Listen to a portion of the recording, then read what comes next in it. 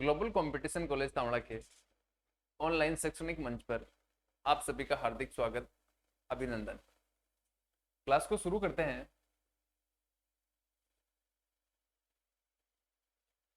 अपने अध्ययन का जो बिंदु है वह चल रहा था ज्वालामुखी, और ज्वालामुखी के अंतर्गत चल रहा था ज्वालामुखीकृत स्थलाकृतियां, यानी कौन कौन सी स्थलाकृतियां बनती है उन स्थलाकृतियों के बारे में अपन पढ़ रहे थे। तो ज्वालामुखीकृत स्थलाकृतियां,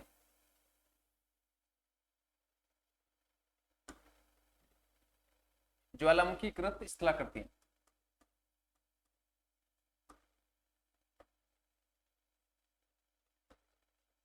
ज्वालामुखीकृत स्थलाकृतियां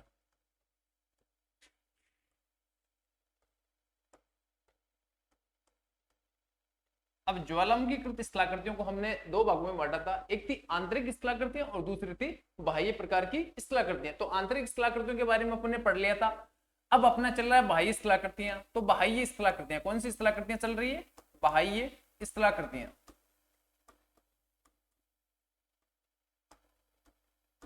बाह्य स्थलाकृतियां, अब बाह्य स्थलाकृतियों के अंतर्गत हमने शुरू किया था, सबसे पहले पढ़ा था।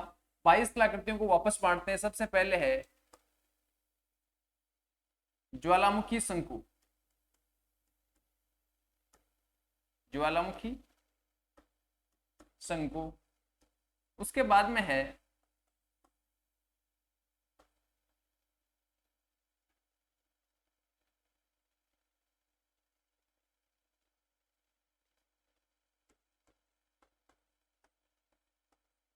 लावा डॉट, अगला है क्रेटर,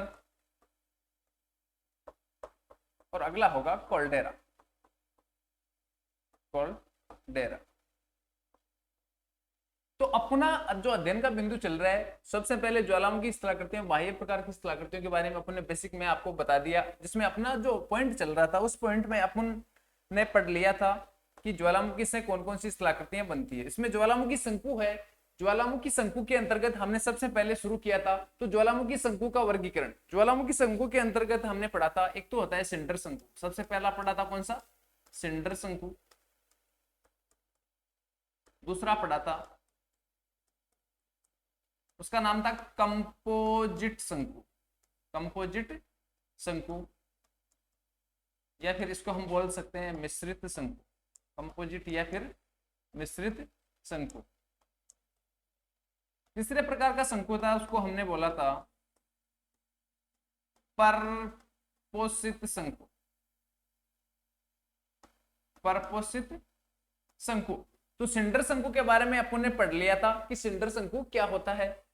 उसके बाद में कंपोजिट या मिश्रित शंकु क्या होता है। तीसरा था परपोषित शंकु। तो कंपोजिट, सिंडर, कंपोजिट व परपोषित शंकु, इन तीनों के बारे में अपन ने पढ़ लिया था। इसके बाद में आज जो पढ़ेंगे उसका नाम है अम्लीय शंकु। अम्लीय शंकु।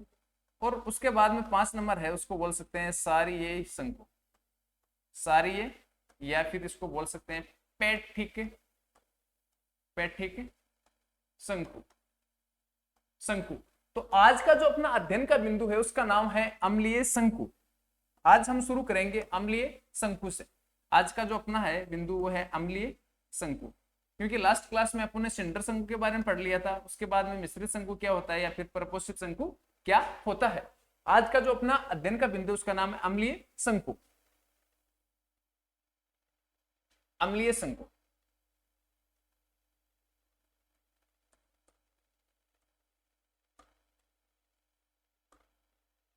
अम्लीय शंकु।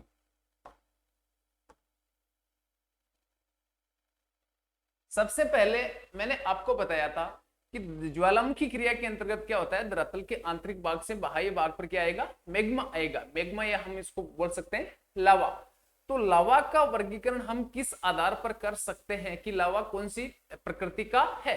तो लावा अगर ठोस होगा, लावा क्या होगा? ठोस होगा। तो वो लावा कौन सा होगा? अम्लीय प्रकृति का लावा होगा। तो ठोस लावा होगा, उसकी विशेषता क्या होगी? ठोस का मतलब क्या है कि लावा अधिक गाढ़ा होगा। लावा क्या होगा? अधिक गाढ़ा होगा। गाढ़ा होगा तो उसमें सिलिका की मात्रा के आधार पर हम बता सकते हैं कि कौन से लावा में सिलिका की मात्रा कितनी है, और सिलिका की मात्रा अगर 50% या 50% से अधिक है तो वो लावा किस प्रकृति का होगा, वो लावा होगा अम्लीय प्रकृति का, और उस लावा से जो शंकु बनेगा उसको हम बोल सकते हैं अम्लीय शंकु। और इसके विपरीत क्या होगा, लावा, उस लावा में सिलिका की मात्रा 50% या 50% से क्या होगी, कम होगी, तो लावा कैसा होगा, तरल व पतला होगा, तो उसके द्वारा क्या बनेगा, पठार का निर्माण होगा। तो अम्लीय शंकु है, अम्लीय प्रकार का लावा है, तो अम्लीय प्रकार के लावा के द्वारा ज्वालामुखी शंकु का निर्माण होगा, जबकि सारी या पेठिक लावा होगा उसके द्वारा क्या होगा, पठारों का निर्माण होगा।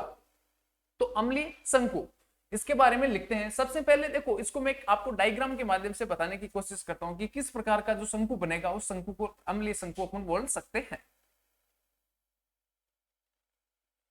ये अपना भाग है, धरातलीय भाग है, उसको बोल सकते हैं धरातल।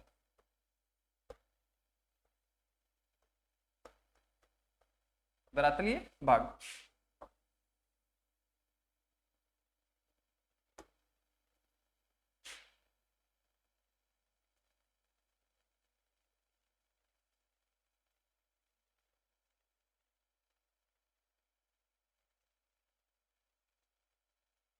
ये है मैग्मा।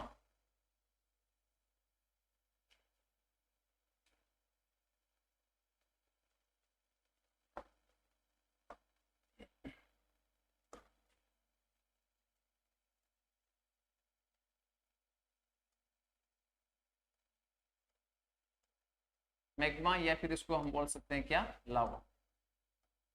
मैग्मा या फिर लावा।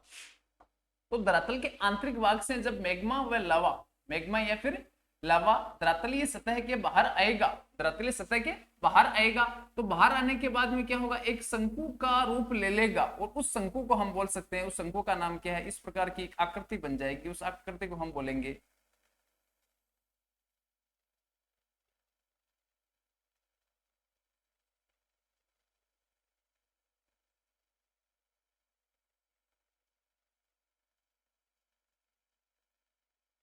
इस प्रकार की एक संरचना बन जाएगी, इसको हम बोल सकते हैं कि कौन सा है ये है अम्लीय शंकु। यानी अम्लीय शंकु के अंतर्गत क्या होगा, लावा ठोस, लावा क्या होगा, गाढ़ा होगा, लावा अपेक्षाकृत गाढ़ा होगा, तो गाढ़ा होगा लावा, तो इस धरातलीय भाग को तोड़कर ऊपर निकलेगा, ऊपर निकलने के बाद में काफी ऊंचाई तक जाएगा, और ऊंचाई पर जाने के बाद में वापस क्या होगा, धरातलीय वायुमंडलीय संपर्क में आने पर बाद में क्या होगा, ठोस होगा, और ठोस होने के बाद में अपने ही स्थान पर वापस नीचे की ओर बैठने लगता है। वो इस प्रकार की एक शंकुनुमा या शंकु सदृश संरचना का निर्माण करता है, उसको हम बोल सकते हैं कि ये आकृति कौन सी, अम्लीय शंकु की है। यह आकृति कौन सी हो गई, अम्लीय शंकु की आकृति हो गई। थोड़ा सी इसके बारे में लिख लेते हैं।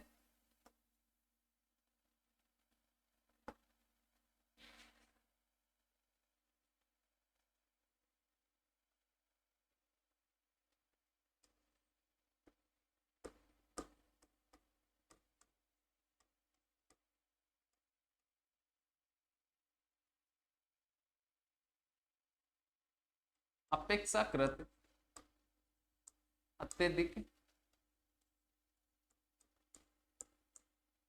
गाढ़े व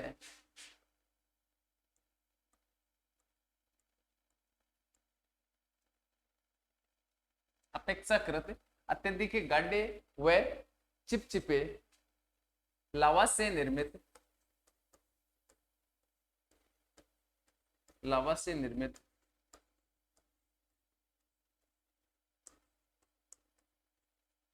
शंकु को अम्लीय शंकु कहते हैं, अम्लीय शंकु कहते हैं, शंकु कहते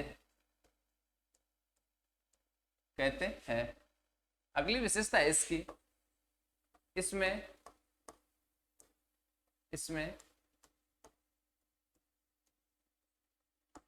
सिलिका की मात्रा अपेक्षाकृत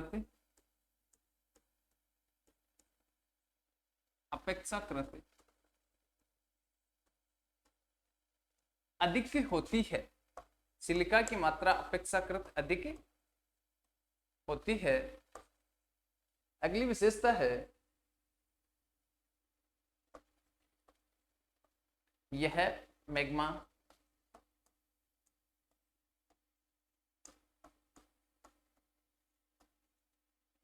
धरातलीय सतह पर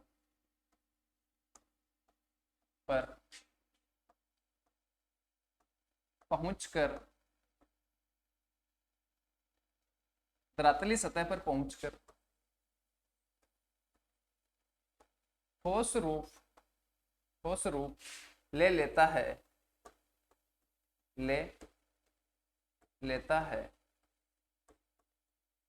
एवं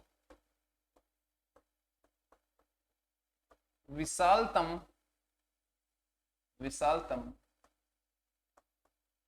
गुंबद सदृश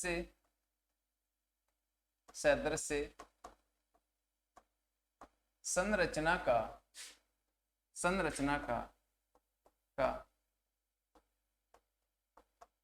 निर्माण कर लेता है।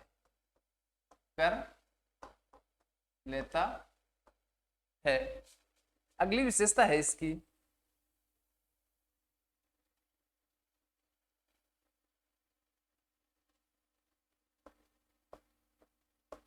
इसे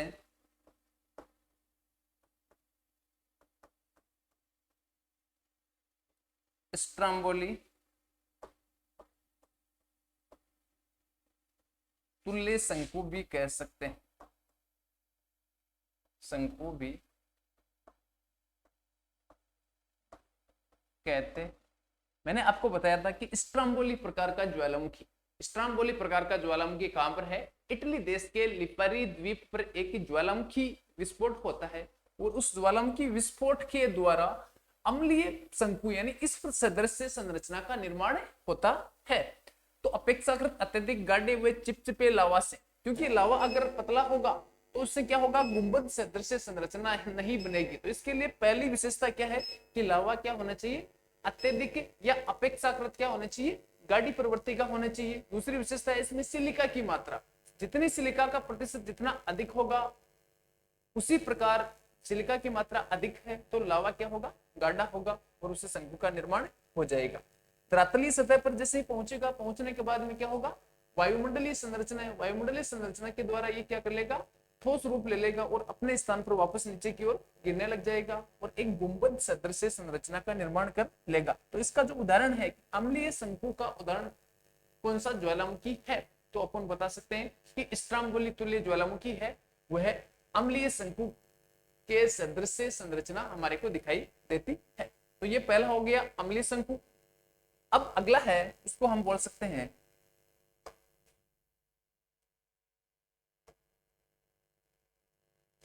पांच नंबर है उसका, उसको हम बोल सकते हैं क्षारीय या पेट्रिक लावा शंकु। क्षारीय या फिर उसका दूसरा नाम क्या है, पेट्रिक लावा शंकु। लावा शंकु, देखो इसमें एक शब्द आ रहा है क्षारीय, यानी लावा का वर्गीकरण हम कैसे करेंगे, तो इसमें क्या होगा, अम्लीय प्रवृत्ति का जो लावा था उसकी अपेक्षा ये क्या होगा, इसमें सिलिका की मात्रा कम होगी। तो सिलिका की मात्रा कम होगी तो लावा किस प्रकार का होगा, लावा पतला होगा।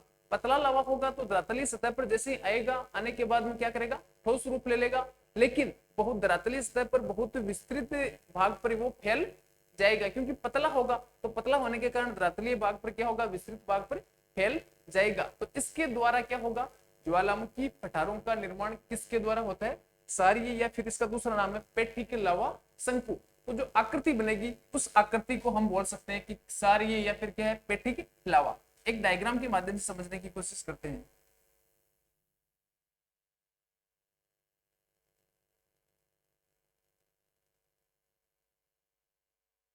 ये अपने धरातलीय सतह है। अब इस धरातलीय सतह के ऊपर क्या हो रहा है, लगातार क्या हो रहा है, ज्वालामुखी विस्फोट हो रहा है।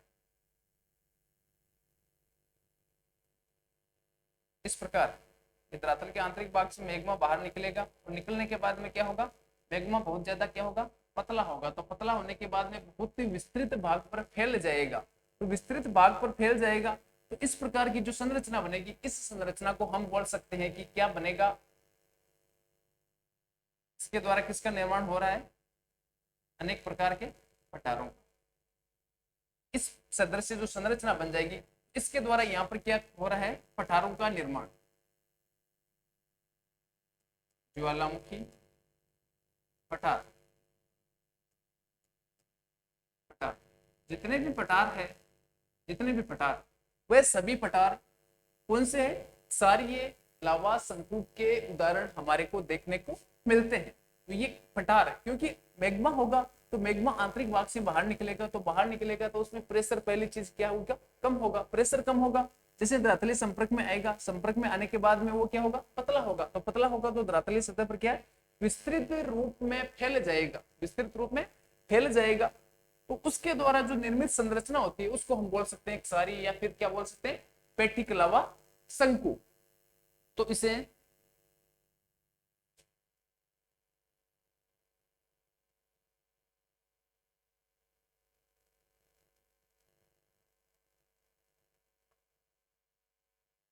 इसको थोड़ा सा लिख लेते हैं, इसे पेटिक या शिल्ड तुल्य लावा शंकु भी कहते हैं, लावा शंकु भी कहते हैं। अगली विशेषता है इसमें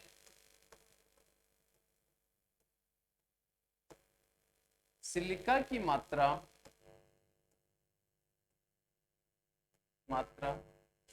अपेक्षाकृत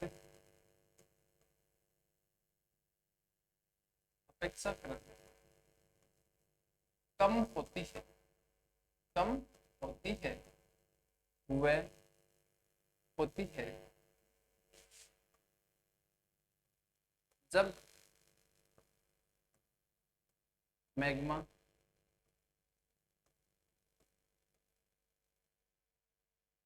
धरातलीय सतह पर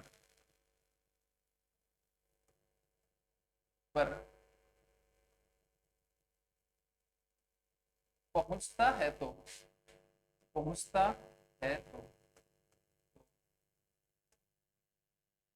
तरल प्रवृत्ति के कारण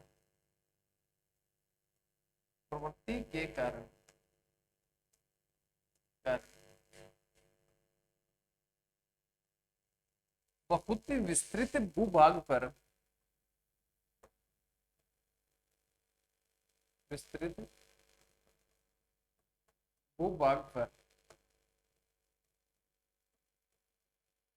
फैल जाता है, वह पठारों का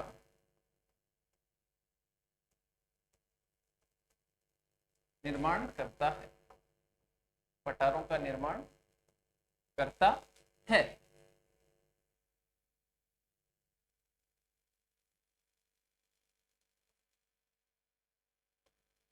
इसे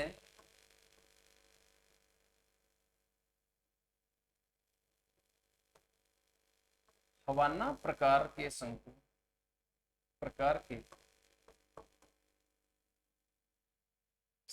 भी कहते हैं। इसे हवाना प्रकार के शंकु भी कहते हैं। इसके अलावा देखो, हवाना मैंने आपको एक बताया था कि हवाई द्वीप, हवाई तुल्य ज्वालामुखी, और कौन सा द्वीप था, हवाई द्वीप। तो हवाई द्वीप पर एक ज्वालामुखी है, उसका नाम है मोनोलोवा ज्वालामुखी। तो मोनोलोवा ज्वालामुखी है, वो है ज्वालामुखी पठार सदृश संरचना है। तो इसको हम थोड़ा सा लिख लेते हैं, जैसे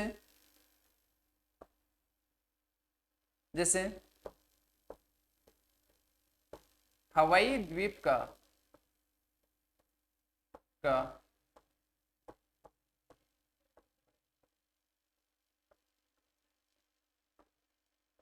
मोनालोवा ज्वालामुखी,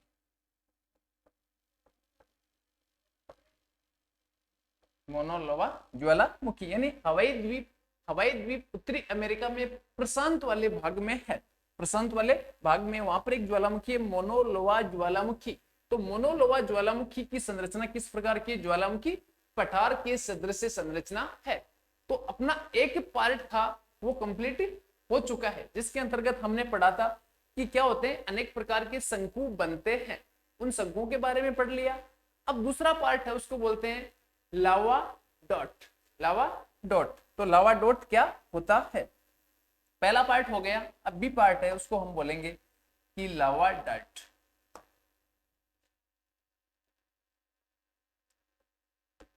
लावा डॉट, लावा डॉट। तो लावा डॉट के अंतर्गत क्या होता है? सबसे पहले पढ़ेंगे कि लावा डॉट या फिर इसको बोल सकते हैं लावा गुंबद। एक नाम और भी मिलता है, दूसरा नाम है लावा गुंबद। लावा गुंबद, गुंबद। इसके अंतर्गत क्या होता है? सबसे पहले देखो कि लावा डॉट, डॉट का मतलब क्या होता है? लावा डॉट, लावा डॉट का अंतर्गत होता है कि धरातल के आंतरिक भाग से क्या होगा? ज्वालामुखी का विस्फोट होगा। तो ज्वालामुखी विस्फोट जिस पाइप के माध्यम से होगा, जिस पाइप के माध्यम से होगा, उसी को हम बोल सकते हैं कि लावा डॉट सदृश संरचना बन जाएगी। या फिर हम बोल सकते हैं कि मिश्रित प्रकार का जो अपने ज्वालामुखी शंकु पड़ा था, मिश्रित प्रकार का, उस मिश्रित प्रकार के ज्वालामुखी शंकु में क्या होगा? ज्वालामुखी है, जो ज्वालामुखी विस्फोट होने के बाद में ज्वालामुखी शांत प्रवृत्ति की हो जाए, यानी मिश्रित प्रकार के शंकु की ज्वालामुखी क्या हो जाए? शांत प्रवृत्ति की हो जाए। तो ज्वालामुखी शांत प्रवृत्ति की हो जाएगी। तो शांत प्रवृत्ति की होने के बाद में उसमें लगातार लावा का उद्गार क्या हो जाएगा? नहीं होगा, और वो ज्वालामुखी क्या होगी? बंद हो जाएगी। तो बंद होने के बाद में बाहरी भाग पे, धरातलीय भाग पर एक पर्वत सदृश जो संरचना बनेगी, उस पर्वत सदृश संरचना में अनेक प्रकार के अपर्दनों के कारण जो गुंबद सदृश संरचना होती है वो टूट जाती है, वो टूट जाती है। और टूटने के बाद में जो ज्वालामुखी मुख या ज्वालामुखी पाइप है वही धरातलीय भाग पर खड़ी दिखाई देती है। तो उसको हम बोल सकते हैं लावा डॉट, या फिर उसको क्या बोल सकते हैं? लावा गुंबद। इसको देखते हैं।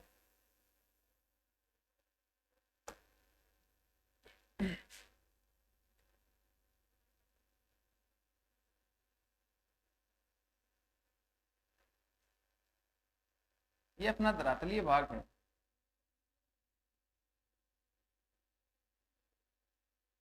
ये धरातलीय भाग है। इस धरातलीय भाग पर क्या हो रहा है? लगातार क्या हो रहा है? ज्वालामुखी का उद्गार हो रहा है। ज्वालामुखी क्या हो रहा है? उद्गार हो रहा है। ये ज्वालामुखी है। तो ये ज्वालामुखी पाइप, या इसको हम बोल सकते हैं ज्वालामुखी मुख। क्या है? ज्वालामुखी मुख या ज्वालामुखी पाइप। अब इसके अंतर्गत क्या होता है कि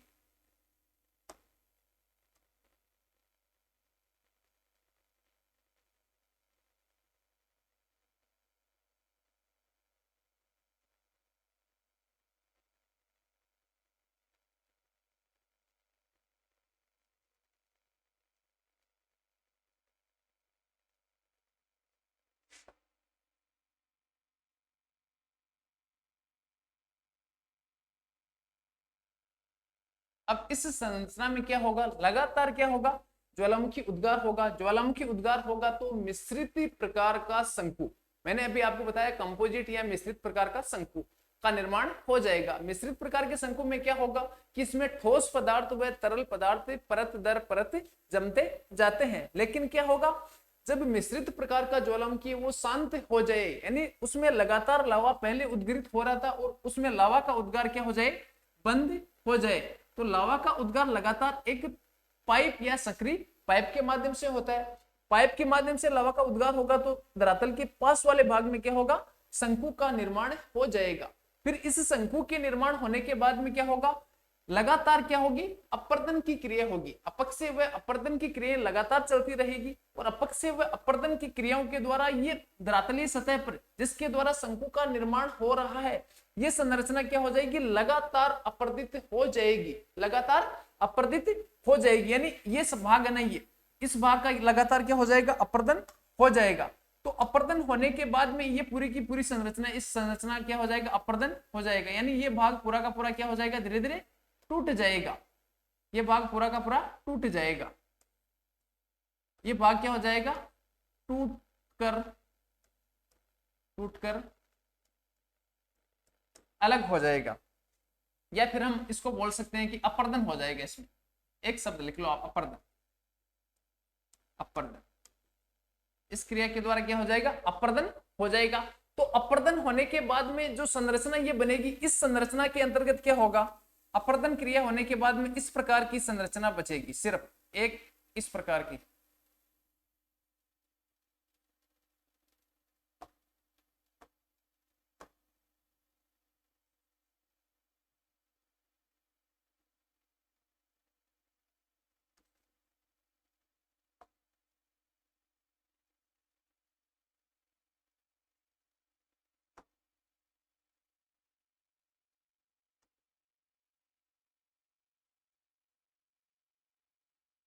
ये ज्वालामुखीकृत जो स्थलाकृति, इस स्थलाकृति का क्या हो जाएगा, इस भाग का लगातार क्या हो जाएगा, अपर्दन या अपक्ष हम बोल सकते हैं, अपक्ष व अपर्दन क्रिया हो जाएगी। तो अपक्ष व अपर्दन क्रिया के द्वारा क्या होगा, धरातलीय भाग पर जो ज्वालामुखी शंकु है, उस ज्वालामुखी शंकु का क्या हो जाएगा, ये टूट जाएगा। ज्वालामुखी शंकु अपने स्थान से क्या हो जाएगा, विखंडित हो जाएगा, या फिर क्या बोल सकते हैं इसको, टूट जाएगा। तो टूटने के बाद में इसका अपर्दन हो जाएगा, इस पूरे पूरे भाग का क्या हो जाएगा, अपर्दन हो जाएगा। और अपर्दन होने के बाद में शेष जो आकृति बनेगी वो किस प्रकार की हमारे को आकृति दिखाई देगी, इस प्रकार की हमारे को आकृति दिखाई देगी, इस प्रकार की। तो इसमें क्या है, ये क्या है, ज्वालामुखी डॉट, इसको हम बोलेंगे ज्वालामुखी डॉट।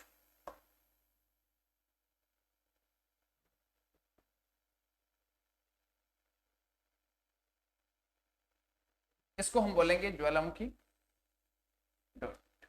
तो ज्वालामुखी डॉट के अंतर्गत क्या होगा, धरातल के आंतरिक भाग से लगातार क्या हो रहा है, लावा का लगातार ज्वालामुखी क्रिया के द्वारा अनेक आंतरिक भाग का लावा धरातल के बाहरी भाग पर आएगा, और बाहरी भाग पर आने के बाद में पर्वत सदृश संरचना बन जाएगी।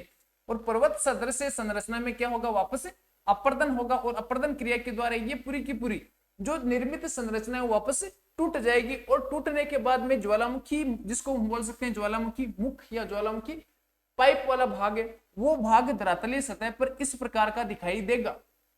तो इस स्थलाकृति को हम बोल सकते हैं लावा डाट, या फिर बोल सकते हैं लावा गुंबद, ये बोल सकते हैं। तो ये इतनी बड़ी आकृति बनती है, और इतनी बड़ी आकृति की वापस इतना सी भाग रहता है, बाकी इसके पास वाला ये पूरा का पूरा भाग इसका क्या हो रहा है, वापस अपर्दन हो रहा है। तो इसके अंतर्गत थोड़ा सी लिख लेते हैं।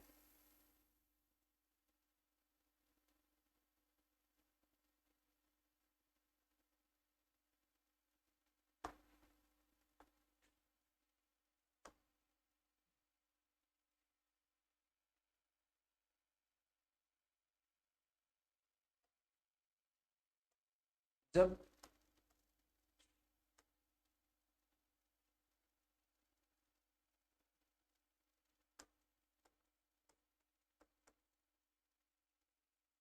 मिश्रित शंकु वाला ज्वालामुखी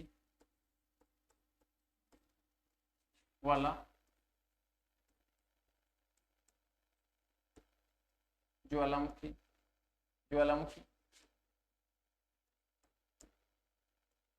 शांत हो जाए, शांत हो, शांत होने का मतलब है, इसको बोल सकते हैं मृत प्रकार का ज्वालामुखी, यानी भविष्य में वापस उद्गृत होने की संभावना ना के बराबर होती है। तो उसको बोल सकते हैं कि शांत प्रकार का ज्वालामुखी। जब मिश्रित शंकु वाला ज्वालामुखी शांत हो जाए, शांत हो जाए,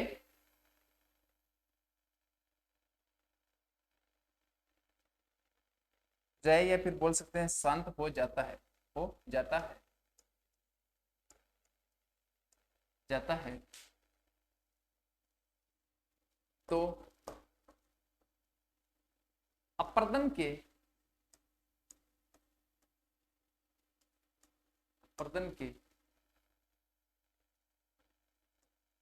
अनेक माध्यमों द्वारा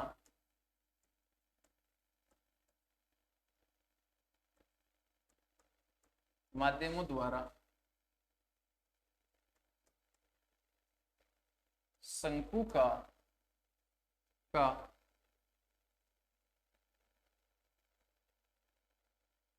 अपर्दन के अनेक माध्यमों द्वारा शंकु के भागों का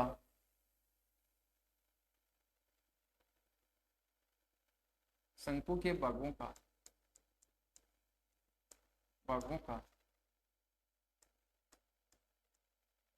अपर्दन हो जाता है।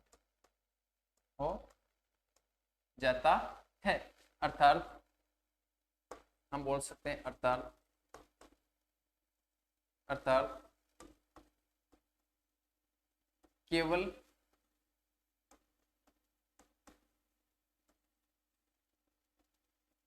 ज्वालामुखी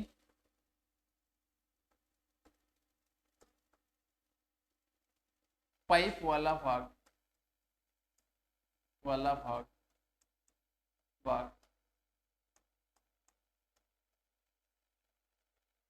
धरातलीय सतह पर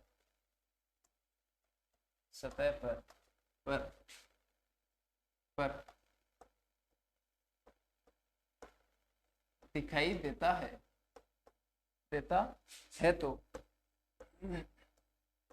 तो इस आकृति को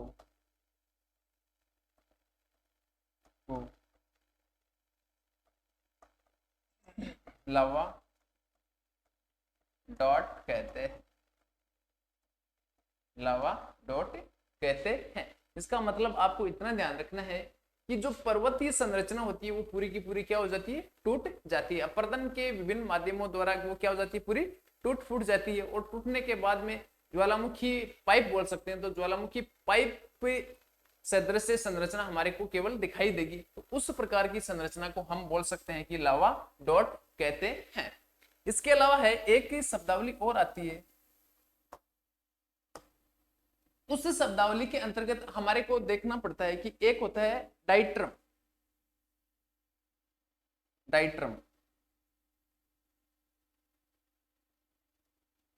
इसी से जुड़ा हुआ है डाइट्रम। अब डाइट्रम के अंतर्गत क्या होता है कि लगातार क्या होगा कि इस संरचना में क्या होगा, इस संरचना में क्या होगा, लगातार क्या होगा, धरातल के आंतरिक भाग से मैग्मा बाहर आएगा। तो मैग्मा बाहर आएगा तो मैग्मा के साथ अनेक प्रकार के पदार्थ धरातल के आंतरिक भाग से बाह्य भाग पर आएंगे, जिनको हमने बोला था ज्वालामुखी बम, यानी ठोस पदार्थ है उनको ज्वालामुखी बम, ब्रेसिया, इसके अलावा लेपिली, टप, इस प्रकार हमने प्यूमिस, इस प्रकार हमने बोला था। तो ये भाग है, इस भाग में क्या होगा, लगातार ब्रेसिया का जमाव हो जाएगा, लगातार तीखे व नुकीले पदार्थों क्या हो जाएगा, इसमें जमाव हो जाएगा। तो उस स्थलाकृति को हम बोलेंगे डाइट्रम। तो डाइट्रम के अंतर्गत क्या होगा कि ज्वालामुखी मुख है, ज्वालामुखी मुख में क्या हो जाएंगे, ब्रेसिया भर जाएंगे। इसके अंतर्गत हम लिख लेते हैं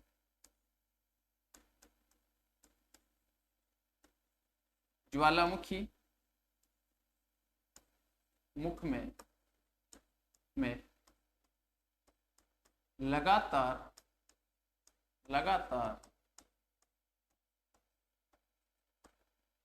ब्रेसिया पदार्थों के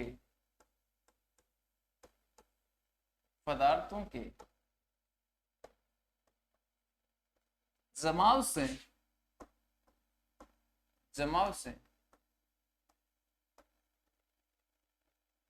निर्मित संरचना को डाइट्रम कहते हैं।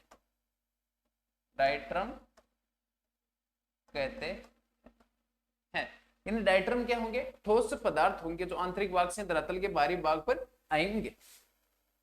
तो ये हो गया अपना लावा डॉट। अब इसका सी पार्ट है, उसको हम पढ़ेंगे। सी पार्ट है, उसके अंदर पढ़ेंगे क्रेटर। क्या, क्रेटर। तो क्रेटर क्या होता है, सबसे पहले क्रेटर क्या होता है। तो क्रेटर का शाब्दिक अर्थ होता है कि जब भी ज्वालामुखी विस्फोट होगा तो ज्वालामुखी पाइप का जो मुख वाला भाग है, ज्वालामुखी मुख वाला भाग है, वहां पर एक कीप नुमा आकृति ये बन जाएगी। उस आकृति को हम बोलेंगे क्रेटर। और कीप नुमा आकृति में वर्षा का पानी अगर भर जाएगा तो उसके द्वारा जो झील बनेगी उस झील को बोलेंगे क्रेटर झील। तो एक डायग्राम के माध्यम से इसको समझने की कोशिश करते हैं। ये अपना जैसे धरातलीय सतह है, इस धरातलीय सतह पर क्या होगा, यहाँ पर इस प्रकार पर्वत सदृश से एक संरचना बन जाएगी। इस प्रकार पर्वत सदृश से क्या ये संरचना बन गई। अब इस संरचना के अंतर्गत आप यहाँ पे देखो कि ये भाग है, ये भाग एकदम बीच वाला भाग होगा। इस भाग पे देखो इस प्रकार की एक संरचना बन जाएगी, इस प्रकार की ये संरचना बन रही है। तो ये संरचना किस प्रकार की बन रही है? कीपाकार संरचना बन जाएगी। कीपाकार क्या बन जाएगी? संरचना बन जाएगी। इस कीपाकार संरचना को हम बोलेंगे क्रेटर। इस कीपाकार संरचना को हम क्या बोलेंगे? इस संरचना को हम बोलेंगे क्रेटर। क्या बोलेंगे? क्रेटर। और इस कीपाकार संरचना के अंतर्गत क्या होगा? वर्षा होगी। तो वर्षा होने के बाद में यहाँ पर क्या हो जाएगा? पानी भर जाएगा। यहाँ पर क्या भर जाएगा? पानी भर जाएगा। तो पानी भरने के बाद में इस आकृति को हम बोलेंगे क्रेटर झील। क्या बोलेंगे? क्रेटर झील। तो एक होता है क्रेटर। क्रेटर का मतलब क्या होता है? ज्वालामुखी विस्फोट होगा तो ज्वालामुखी पाइप या ज्वालामुखी जो अभी अपने पढ़ा था, ज्वालामुखी लावा डार्ट, ज्वालामुखी पाइप के मुख वाला भाग, ज्वालामुखी पाइप के मुख वाला भाग जिसकी आकृति कीपाकार हो जाती है उसको हम बोलेंगे क्रेटर। और क्रेटर वाले भाग में जब पानी भर जाएगा तो अस्थायी पानी की झील बन जाएगी, उसको हम बोलेंगे क्रेटर झील। इसके बाद में देखो क्रेटर झील में क्या होगा? क्रेटर झील का लगातार विस्तार हो जाएगा तो एक शब्दावली और आएगी कोल्डेरा, उसको आगे पढ़ेंगे। थोड़ा सी इसके बारे में लिख लेते हैं।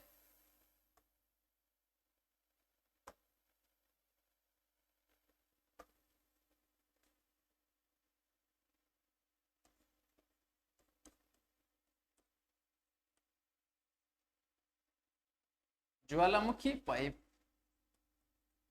या फिर बोल सकते हैं ज्वालामुखी मुख वाले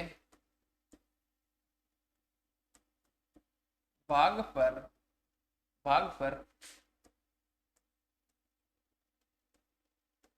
कीपाकार आकृति बन जाती, कीपाकार आकृति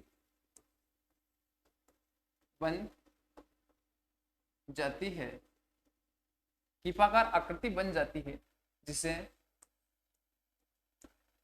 जिसे क्रेटर कहते हैं। क्रेटर कहते हैं जब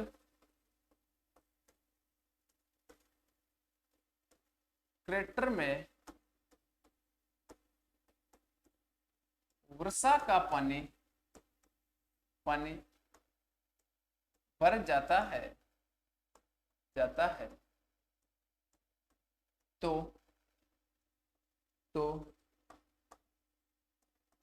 अस्थायी पानी की झील को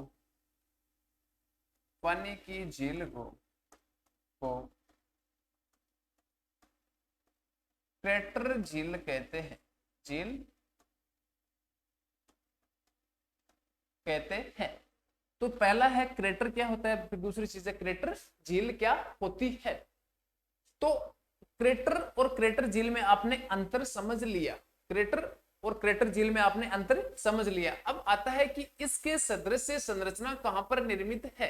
इसके द्वारा निर्मित संरचना है उसको हम बोल सकते हैं एक झील है, यानी क्रेटर सदृश एक झील है। उस झील का नाम है टीटीकाका झील। टीटीकाका झील जो दक्षिणी अमेरिका में स्थित है, दक्षिणी अमेरिका में स्थित है, वो क्रेटर झील का एक उदाहरण है।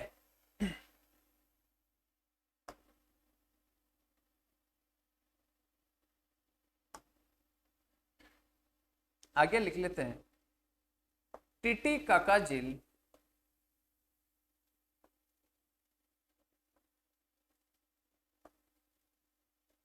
कहां पर है? दक्षिणी अमेरिका। अमेरिका में एक देश पड़ता है पेरू और एक देश पड़ता है बोलिविया। पेरू और बोलिविया दोनों देश है ना, उन दोनों देशों की सीमा पर एक झील है, उसको बोल सकते हैं टीटीकाका झील। टीटीकाका झील दक्षिणी अमेरिका में क्रेटर झील का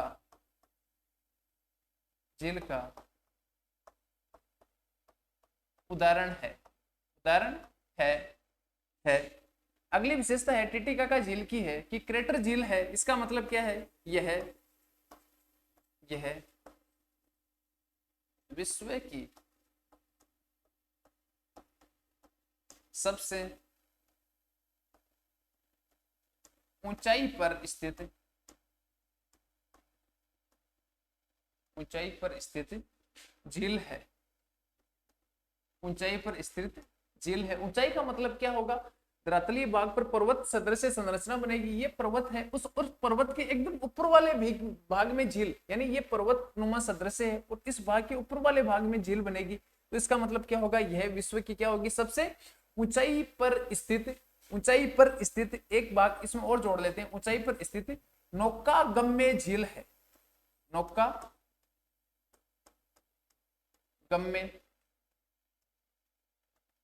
झील है। यानी इस झील में क्या है, नौकायन की सेवाएं उपलब्ध है, तो इसको बोल सकते हैं नौकागम्य झील है। इसके अलावा ये तो विश्व का हो गया। अब भारत में एक झील है, उसको बोलते हैं लोनार झील, जो महाराष्ट्र में स्थित है। इसके अलावा है भारत में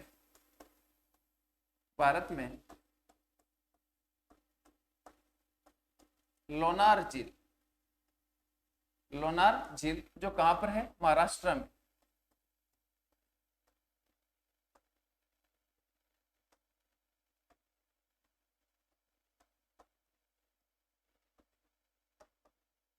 स्थित है। यानी विश्व का उदाहरण हम पूछे क्रेटर प्रकार की झील कौन सी है, तो टिटिकाका झील है, आपको याद रखना है। जबकि भारत में एक झील है, उसका नाम है लोनार झील। ये टिटिकाका, लोनार, ये कई बार कंपटीशन में क्वेश्चन आते हैं, एज इट इज ऐसे पूछ जाते हैं कि विश्व की सबसे ऊंची कृत्रिम झील कौन सी है, ऊंची झील कौन सी है, या फिर बोल सकते हैं कि क्रेटर सदृश झील कौन सी है, उसमें ऑप्शन आते हैं।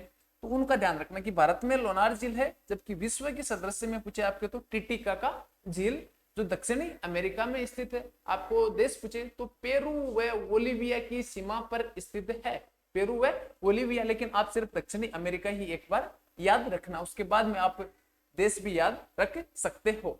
तो ये झील हो गई, इसको बोलेंगे क्रेटर झील। अब क्रेटर के अलावा चौथी शब्दावली आती है, उसको बोल सकते हैं कोल्डेरा। 4 नंबर शब्दावली है, उसको बोलेंगे कोल्डेरा, कोल्डेरा। तो अपने अगर क्रेटर समझ में आ गया तो कोल्डेरा समझने में कोई आपको कठिनाई नहीं होगी। होता क्या है, लगातार क्रेटर वाला भाग है, तो क्रेटर वाला भाग एक संकुचित है, मान सकते हैं एक संकुचित भाग है, और क्रेटर वाले भाग में लगातार दबाव की क्रिया के द्वारा या फिर बोल सकते हैं ज्वालामुखी लगातार विस्फोट क्रिया होगी, तो उस क्रेटर वाला भाग लगातार क्या हो जाएगा, विस्तृत हो जाएगा। तो विस्तृत भाग को हम बोल सकते हैं कोल्डेरा, जबकि संकुचित भाग है उसको हम बोल सकते हैं क्रेटर। तो इसके अंतर्गत होता क्या है कि ये अपना क्या है, ये पर्वत सदृश एक संरचना है, ये पर्वत सदृश संरचना है। इसके ऊपरी वाला भाग में यहाँ पर क्या है, यहाँ पर मैंने भी आपको बताया कि एक क्रेटर सदृश यहाँ पे एक झील बन गई, तो इसमें क्या होगा, ये क्रेटर सदृश जो झील है, यहाँ पे आप मान के चलो कि ये झील बन गई है, एक ये क्या है, झील है। ये यहाँ पर वाला भाग क्या है, यहाँ पे एक झील बन गई है, ये क्या है, एक झील बन गई। अब इस झील में क्या होगा, लगातार दबाव क्रिया होगी, लगातार क्या होगा, इसमें दबाव होगा, या फिर लगातार क्या होगा, ज्वालामुखी का लगातार उद्गार होगा। तो पहली बार ज्वालामुखी यहाँ से उद्गार हो रहा है, बाद में ज्वालामुखी उद्गार यहाँ से होगा, तो लगातार ज्वालामुखी उद्गार के कारण क्रेटर वाला भाग है, वो भाग क्या हो जाएगा, विस्तृत होता जाएगा, और इस प्रकार की एक संरचना बन जाएगी।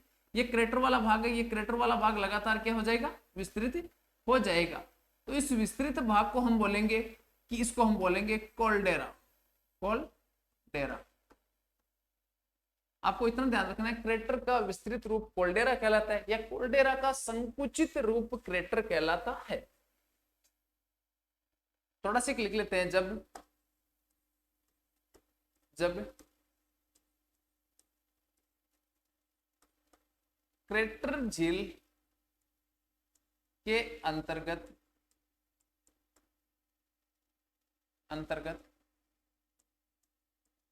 दबाव या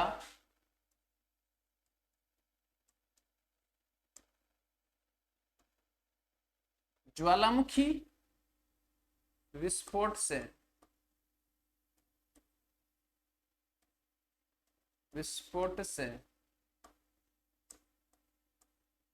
क्रेटर के भाग में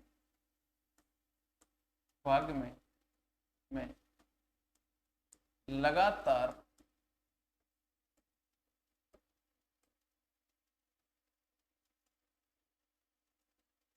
विस्तार होता जाता है, विस्तार होता जाता है, इसे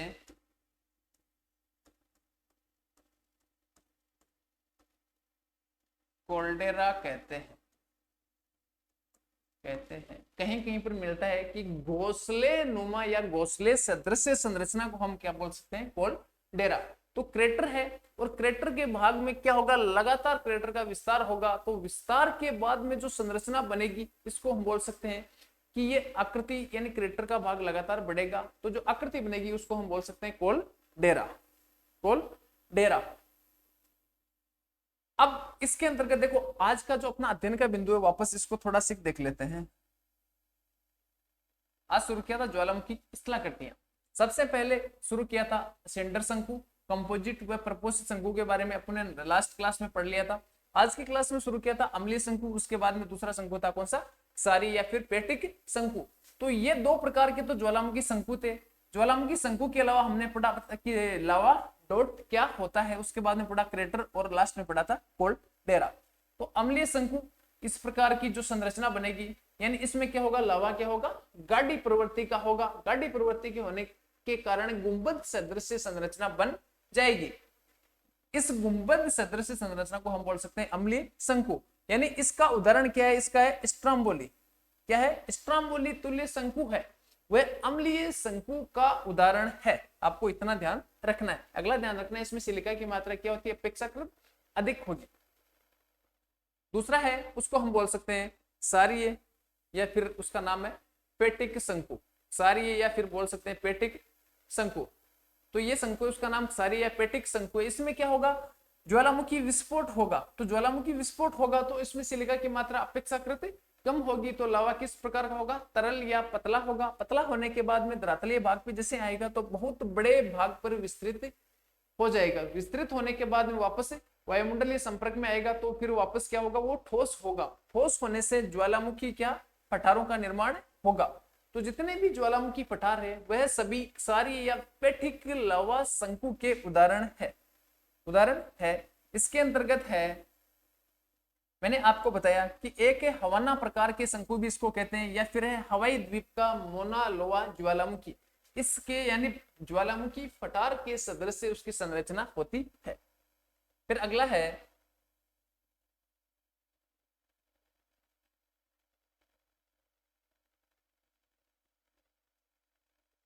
अगला अपने पढ़ा था, उसका नाम है लावा डॉट या फिर लावा गुंबद। इसके अंतर्गत क्या होगा, मिश्रित प्रकार का शंकु। पहले आपको ध्यान रखना है, मिश्रित या कंपोजिट प्रकार का शंकु होगा।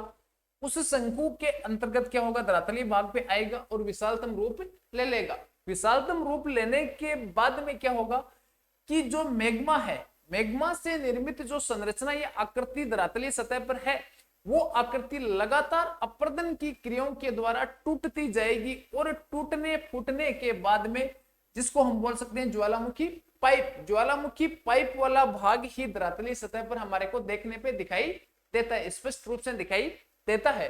तो इस सदृश से पहले इस प्रकार की आकृति बनेगी, इसको हम बोल सकते हैं मिश्रित शंकु। मिश्रित शंकु में ये क्या हो रहा है, लगातार अपर्दन हो रहा है। तो अपर्दन होने के बाद में ये इसका भाग, जो अवशिष्ट भाग बचेगा, जो भाग अपर्दित होने के बाद में जो बचेगा, उस भाग को हम बोल सकते हैं लावा डॉट या फिर उसका दूसरा नाम है लावा गुंबद।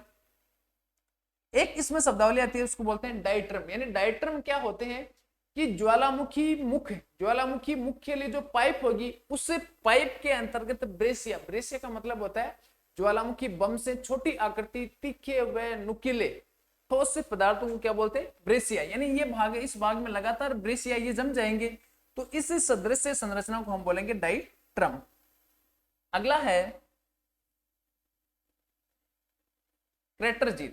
कौन सी झील है, क्रेटर। शब्दावली में देखो क्रेटर क्या होता है और क्रेटर झील क्या होता है, दोनों में अंतर है।